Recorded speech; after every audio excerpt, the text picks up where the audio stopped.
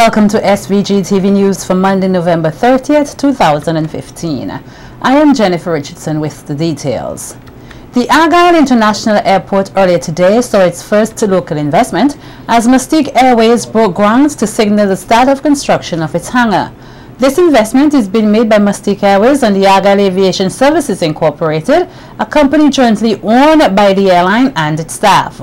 According to Marcus Gabriel, the general manager of Mystique Airways, his company is very pleased to be making history, adding that the hangar will prove very beneficial to the company.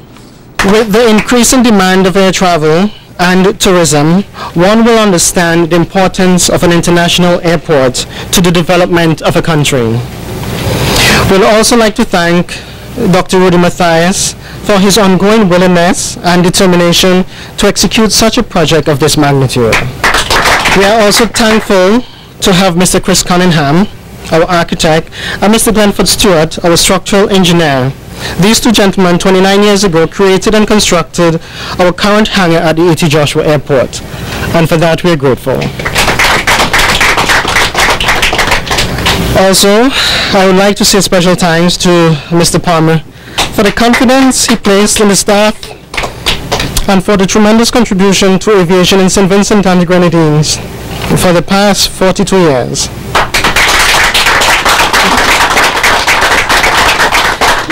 And MP for South Windward Frederick Stevenson commended the Mystique Airways company for taking the initiative, adding that it is a great opportunity for his constituents to gain employment in the construction, maintenance and operation of the hangar. What we've seen here at Argyle is a transformation from mountains and valleys and rivers to a very important project for St. Vincent and the Grenadines and for its future development. And Mystique Airways Argyle Incorporated Aviation Services being the first to deliver on a hangar project is a very important activity. I am happy to be the parliamentary representative here today. I am going to put in a plug that I know that the construction work would take a few months, and I'm going to say that I would look forward to some of my constituents getting some jobs in the construction and also in the maintenance of the facility here. It is indeed a good day. We are on the verge of taking off. Also addressing the gathering was Prime Minister Dr. Rav Gonsalves, who expressed his confidence that this is just the beginning of the involvement of the private sector in the airport. Dr. Gonsalves also used the opportunity to refute claims that the government does not have sufficient funds to complete the airport. Once he has done it, Rudy, you can expect that the others are going to say, no, we allow Jonathan to go ahead of us. I just want to say, you didn't allow Jonathan to go ahead, that Jonathan came ahead. But I happen to know that others are they're doing their internal work, the question of designs, the question of approval with planning and all the IADC interfacing and so on and so forth. Please, for heaven's sake, do not believe any propaganda that we do not have the money to finish the airport, because that is one of the things which you have been hearing. Of course, from the time this airport conception, they want to keep you so bazardy with the opposition to be answering this and that. You notice that I answer what I consider important to answer, and other persons, I just don't pay attention to them. 32 persons ranging from social workers, child care workers, welfare officers are receiving training to act in the capacity of community mediators under the Improved Access to Justice in the Caribbean project. The project, which is also known as the Impact Justice Project, is being implemented from within the Caribbean Law Institute Center of the University of the West Indies Cave Hill campus, with sponsorship from the Canadian government. It began today at the Blue Lagoon Hotel in Rathdrum Mill and will continue until December 4th. Speaking at the opening of today's workshop, Impact Justice Regional Director Professor Velma Newton stated that the aim of the project is to improve access to justice in the Caribbean through mediation. We will provide further training to those of you who are interested in working as mediators in your territory, your communities, to assist fellow citizens in solving problems before they escalate and have to be taken to the courts. Impact Justice is currently preparing model legislation, which we hope individual countries will adopt to provide a framework within which you can work as mediators. We will also be urging you to form ADR associations so that you can keep mediation alive and join a wider Caribbean association which will set standards and foster the discussion of issues relating to the practice of mediation. Representative of the Ministry of National Mobilization, Denise Harold, told the participants that mediation can reduce the burden on the courts and help alleviate disputes. Mediation is a form of alternative dispute resolution, an out-of-court method of resolving conflict. The goal of mediation is to reach an outcome acceptable to both parties while preserving relationships. The mediation focuses not just on conflict, but also on resolving the conditions that lead to conflict. We in the ministry are grateful for this kind of intervention, as it will help to forge better relationships in communities across the state and reduce cost and time based on matters that are to be settled in the community. As this country continues to observe World AIDS Day, Vincentians are being urged to ensure that their response to persons with the disease must be compassionate, comprehensive and caring. That's according to pharmacist Curtis Bowman, who was speaking at a rally in Mariaco, which was held to raise awareness of HIV/AIDS. The event was held under the theme Nutrition and Exercise. Bowman told the gathering that Vincentians must show love instead of discrimination towards AIDS victims, but most importantly, strive to give them hope, comfort, as well as to seek to satisfy their needs as far as humanly possible. Because this Mariaco community is like a social net dealing with all manner of and condition of people, we must make provision to accommodate the brokenness of humanity. Those struggling with their own sexuality as well as those infected by AIDS are valuable, special, precious in the eyes of God. You are His children, and He has a special place for you near to His heart. Irrespective of our sins, we all stand equal at the foot of the cross. We must therefore avoid discrimination and stigmatization at all costs. We must minister to the AIDS victim as Jesus ministered to those affected with leprosy during His walk here on earth. Speaking on the topic of proper nutrition and regular exercise, Bowman urges HIV patients to pay special attention to their nutrition in order to improve their overall quality of life. He says that their best choices in diet should include a large amount of vegetables, whole grains, fruits and legumes. The pharmacist adds that while diagnosed with HIV, it is very important to lead a healthy lifestyle due to the significant changes that the body undergoes. An HIV/AIDS patient may experience extreme weight loss, infections and diarrhea. Making improvement in your diet can improve your health and how well you feel. Here are a few tips that may help. Good nutrition can have several benefits for an HIV/AIDS patient. It can, and that's good nutrition, can improve your overall quality of life by providing nutrients for your body needs. It keeps your immune system stronger so you can better fight disease. It helps manage HIV symptoms and complications. it also helps process medication and help manage their side effects. Good nutrition increases energy, and it also helps achieve and maintain a healthy weight. HIV/AIDS advocate Sidney Joseph says that getting to zero is ensuring the long, prosperous lives of the nation's youth. Joseph also notes that to fight HIV/AIDS, there must be a unified and concerted effort. He went on to say that AIDS should not be the only disease that should create a momentum for Vincentians to want to be able to uplift and strengthen persons who fall ill to diseases, and adds that everyone should start living healthy, which means making wise decisions and practicing good lifestyle habits. And getting to zero don't really need just I and the nurses, but in general, we need a full support from the whole committee in general. Because we know that HIV and AIDS could be in every household. Think it how you might want to think it, but HIV and AIDS have no face.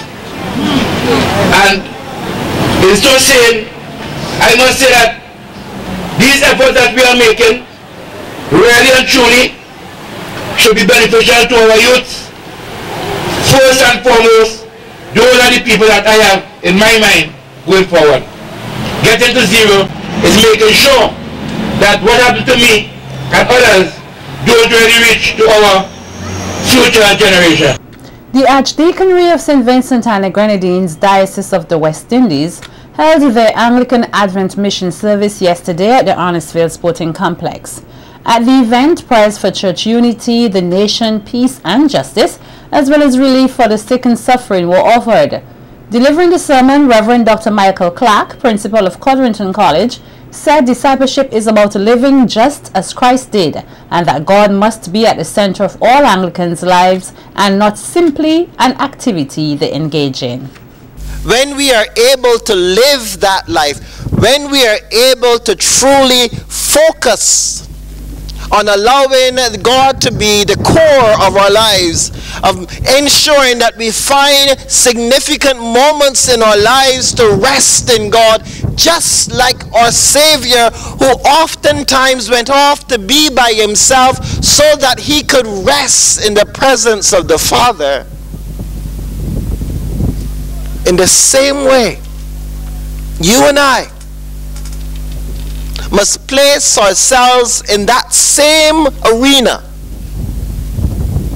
where we too understand that at the core of who we are is God. Dr. Clark also stated that Anglicans in mission are men and women who have embraced what Christ has shared and seek to be Christ-like, and that Anglicans must use their free will to be a vessel through which God's work can be done. But you and I, we've got free will. And so as much as God may be pouring his grace in abundance towards us, we decide through our journey in life the degree to which that grace will pass through us to the places God wants it directed to. So we save the world by allowing ourselves to be fully used by God.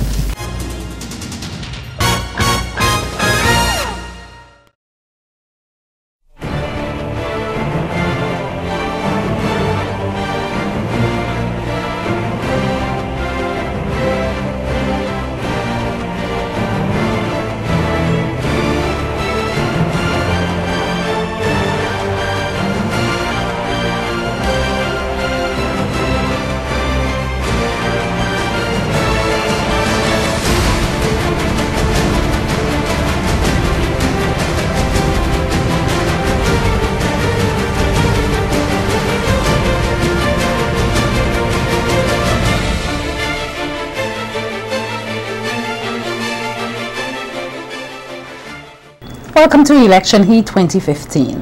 The Calico playing field was a sea of red last Saturday evening as the Unity Labour Party formally launched its 2020 vision with Labour Love 2015 manifesto and their 15 candidates who will contest the December 9th general elections.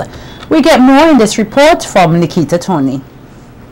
The night did not dampen the large showing of supporters of the Unity Labour Party, who came out in their numbers to the Calico playing field as the party formally launched their 15-member team of candidates and the hard copy of their 2015 manifesto. In preparation for the December 9th general elections, all candidates took to the stage introducing themselves and soliciting the support of their constituents as they highlighted various programs and projects illustrated in the party's manifesto, which has been deemed as the most comprehensive, detailed and compelling narrative in the history of the Caribbean. We have a manifesto that is full of substance.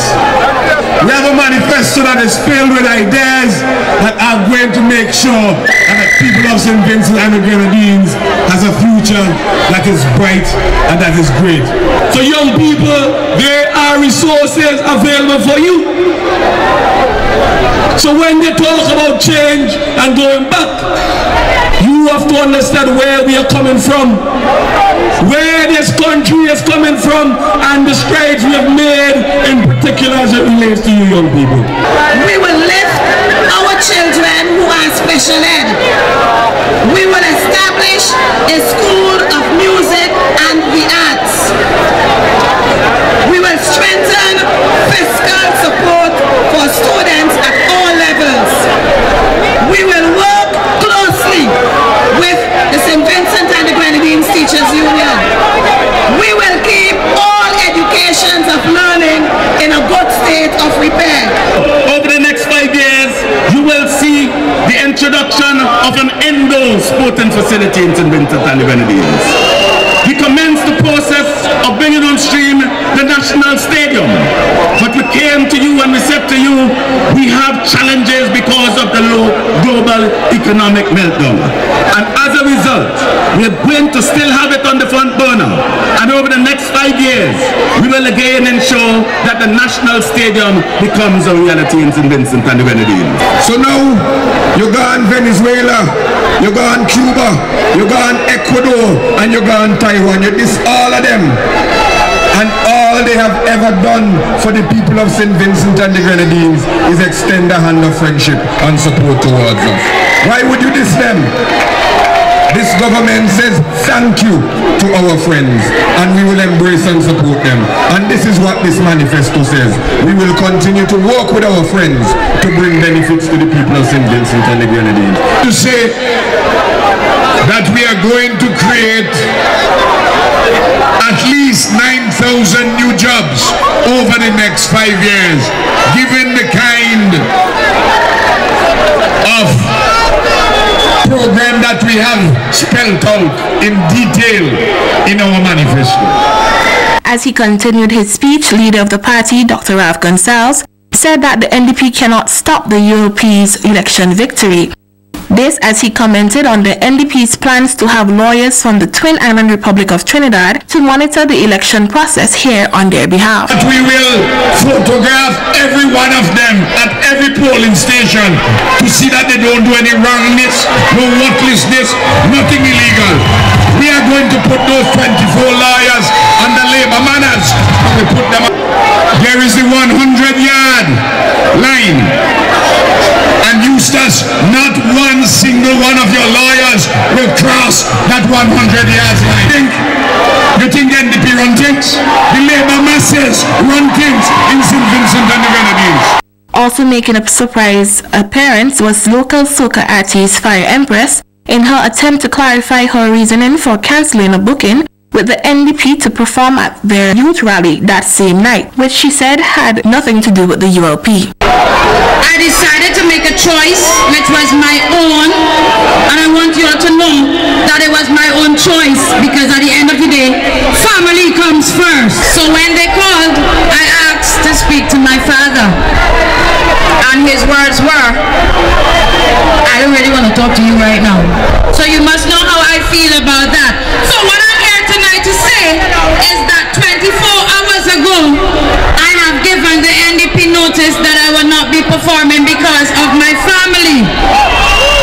But they chose instead to talk about victimization. Let me say here tonight, and I know that they would hear it loud and clear, that I was not victimized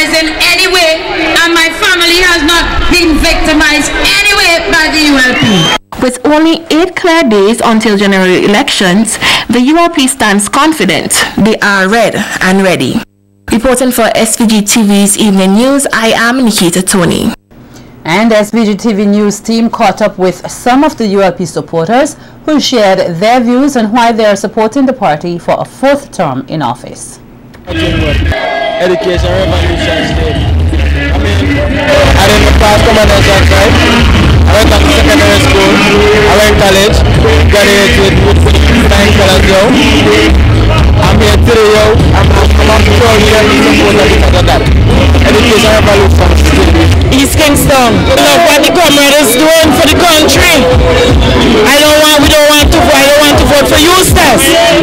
Eustace doing nothing to us in East Kingston. So that is the reason why me and my children am supporting Labour. I love what he is doing. I have my grandchildren and future ahead, and I have to vote for the ULP. Right about now, one of my granddaughters are getting a scholarship from ULP, and I cannot leave ULP and go and vote for NDP. Why are you voting for the ULP?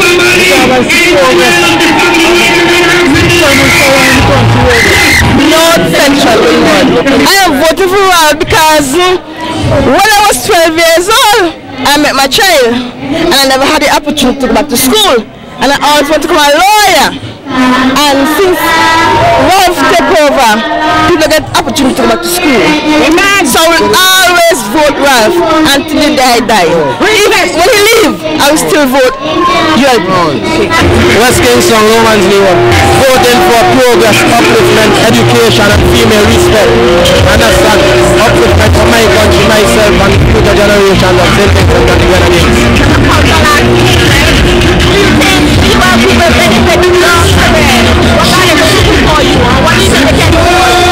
Well, as I just told you, I'm voting for progress and upliftment. In a few weeks, we're going to say that we'll be having international access to the world, and that will boost culture also my career by a big wide area. And it also have tourists coming in and both tourism factor, center of our country. Are you registered? Yes. And you're ready for December? Yes. Okay. So why are you guys voting? Because there's a better Prime Minister than Dr. Ralph Gunter. 4 in a row, everybody voting for Ralph Gunter. The Young Democrats of the New Democratic Party, the NDP, came out in their numbers in a show of full support for the party at a rally and concert held at the Barley playing field on Saturday the 28th November. As we hear in this report, although the youth were having a good time, some of the issues highlighted at the event included illegal voter registration, transfers, and unemployment.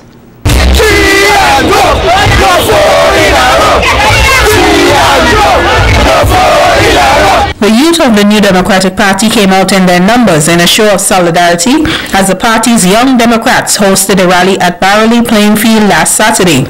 The proceeding kicked off with prayer and a slate of gospel renditions in praise to the Almighty. Various candidates then took the opportunity to highlight some of the issues that are at the top of their agenda. After the 9th of December, when we win the next general election, an SOS framework for sports that will revive and resuscitate sport. When it comes to education, when it comes to your future, the New Democratic Party knows no color. 500 road and information technology. We will make sure that one person from each household will be employed when it comes to that. President of the Young Democrats, Nick Francis, chided the ULP for what he says was 14 years of bamboozlement and victimization. He also warned voters to be on the lookout for any illegal activities with regards to the voting process. Who have transferred illegally into several constituencies and who are planning to go to the poll on election day to make a jail for ULP. But I want them to understand clearly tonight that just on the hill over yonder up there is a place they call Belial. And I, Nick Francis, will personally escort you up there. Because this election is going to be a free and fair election. President of the NDP, Arnim Eustace, says the turnout of young supporters dispels the ULP's claims that the NDP has no youth support. He also underpinned the Young Democrats' chief call not to break the law. There is a nice looking place up the hill, and some of them will begin to sleep there. I'm not no idle promise. There's no idle promise here. If you tamper with public funds, you must pay the price for tampering with public funds. The NDP's chief daughter, Maya Eustace, also took to the stage and called for voters to be more conscious. I tell you, you can't speak out. You cannot speak truth to power in St. Vincent and the Grenadines. You know what happens? Well, Ralph Gonsalves has said that what happens when you do that is he will deal with you. Like, you have less right to speak in your country than he does. A young representative from the ruling St. Kitts and Nevis government, in a type of poetic rhapsody chanting style in her speech, also endorsed the NDP. No, it shouldn't be you versus them, but a discussion of us. That's we moving forward, and we is not exclusive, and we is not elusive, and forward means that it means you and I, you and I. Although the controversial no-show by soca songstress Fire Empress, who was reportedly booked by the NDP but was at the ULP's rally at Calicoa that same night, raised some eyebrows, the event saw high-energy performances from local acts such as Prez, Mozart, and international recording artist Kevin Little. The NDP candidates were also shown appreciation by the Young Democrats for their diligence in serving the party. Sharon Garraway, SVG Television News. SVG-TV News team also took the opportunity to find out from the NDP supporters some of the reasons why they are supporting the party. We want to get rid of corruption, victimization, and all the wickedness we are going on in the place. Because it has a better program. Right? Our health care is very much rather down. Ridiculous. May I vote for my child future? My future! NDP have to win. 11 show have it in. And this is the end. We need change because of a lot of unemployment. Young people need jobs. For a better change, a better future for the kids them. For better progress in the country, and I want a Prime Minister who I can trust. I got me for 14 years, he do nothing to empower the young people. So I tell him he must go, fuck me back and go. The money will flow more because the NDP have bright ideas and the NDP shows that agriculture and everything can come back. And I like Mr. Eustace. And the only guy that could run the country is Eustace. I have to perform for the NDP and show the young people what we can do as young people. And I am supporting NDP because I want to give them a chance. He want to bring in his son to take over after he left, and then his son might bring in his brother and sister. We can't afford that in St. Vincent Grenadines. So for it, they could get three but not a 4 in a row. Are you supporting the NDP? What was your, I feel pressure?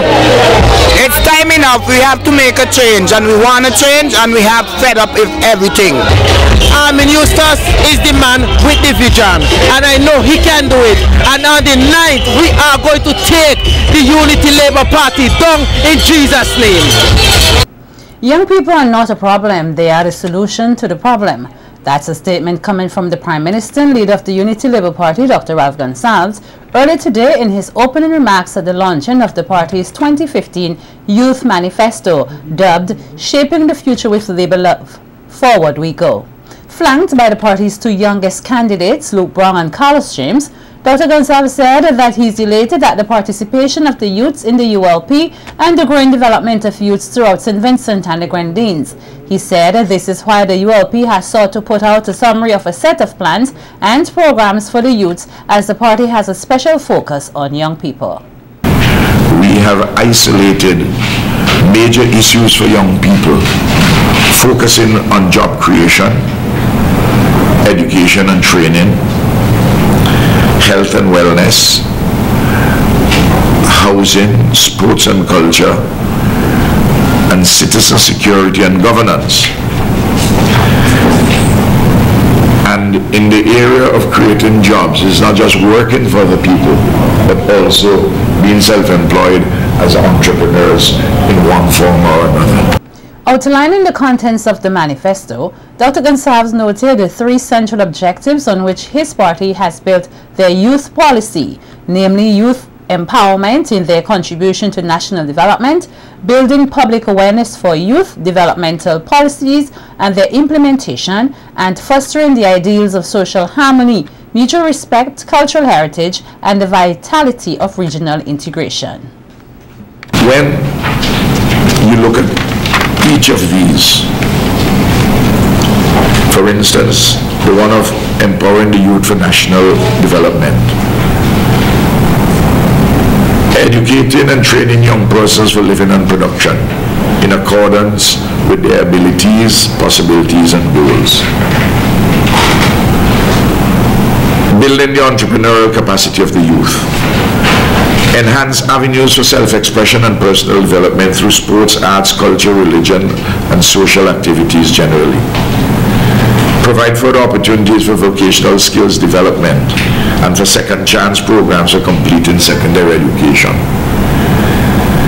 Extending and improving vocational coverage for marginalized youths.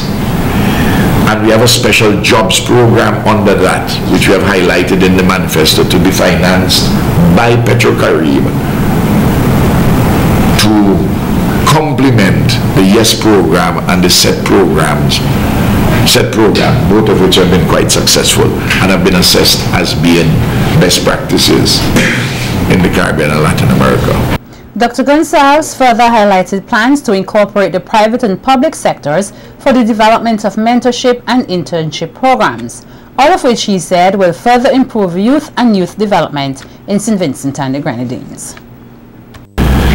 Implement social and health programs directed to uplifting and assisting young people, and strengthen the capacity of the Youth Affairs Department and the institutional framework of governance for the provision of youth employment. Then, of course, freedom of movement of persons in the OECS and the right of establishment of businesses in CARICOM also facilitate young entrepreneurs, and you know I've been strong on those things. Then we have the YES and SET programs, the full operationalization of the land bank, and of course the focus on job creation and entrepreneurship in respect of a whole set of programs which are inside of our big manifesto. NDP candidate for East St. George, Dr. Linton Lewis, at a meeting last night in Calico, told supporters the reason why he feels he is the perfect candidate for the constituency. According to Lewis, he grew up among the people of the area and is familiar with the needs of the people with whom he has a great rapport. So therefore, his desire to see the constituency flourish is not one that is politically motivated and fueled by the desire for power, but one that understands the struggle of the people and wants to help by implementing effective policies to the benefit of all. Lewis adds that he is familiar with hard work and is ready to work hard to improve the lives of the constituents as well as to properly develop the constituency of East St. George. Not with anyone in Calico. Never disrespected anyone in Calico. Speak now or hold your peace. And it is no surprise that the people of Calico, to whom I'm eternally grateful, have been in support of me and my political career from the very first day that I came here to East St. George to contest. I want to say to you that I have only been able to stand on this platform because of the socialization I got from the people of Calico. Lewis further announced plans for the creation of hundreds of jobs in the shipping arena. We will make sure that when we get into office, when we register ship, that we said to them as one of the conditions that you must employ at least 3 or 2 persons on that ship. Can you imagine the number of Vincentians who will be employed once we do that as a condition? Do you know the reason why St. Vincent is amongst the top 20 for registration of ships? Because our conditions are not as stringent as the conditions in England and other developed countries. So if we say to you, because our conditions are not that strict, we are asking you please to employ 2 or 3 of our persons on that ship. Listen carefully. What do you think is going to happen there? Hundreds of Vincentians can be employed. And do you know what happens when people work on a bulk ship? When they work on a tourist ship, they come home and they build beautiful homes and they contribute to the economy here in St. Vincent and Grendy. He urged party supporters not to be fooled by the ULP, which ignored them for 14 years, but at election time gives them building materials and gifts claiming to love them in an effort to win votes. According to Lewis, an NDP government can restore lost values, create jobs, maintain roads and public facilities. This election is not about me. This election is about you. A vote for Kamala Gonzalez is a vote against yourselves. Because you are saying that none of you in East St. George is suitable to represent the Unity Labour Party. When you vote Kamala, that's what you're saying to yourself, you know, that nobody in the constituency is capable of representing the constituency for ULP. All of those people who are educated, all of those people who have made contributions, you want to tell me you couldn't go to them and let them refuse? Go and ask them and let them say they're not running? You will take someone and impose that person on the people of East St. George? It is an insult to the people of East St. George. And anytime you vote Camilo, you are insulting yourselves, because you're saying that I don't know him. He's never represented me. He's never done anything for me, and I am going to support him.